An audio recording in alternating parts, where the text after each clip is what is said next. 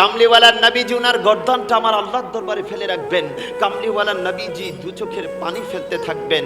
কাদের জন্য? নবী নিজের জন্য না।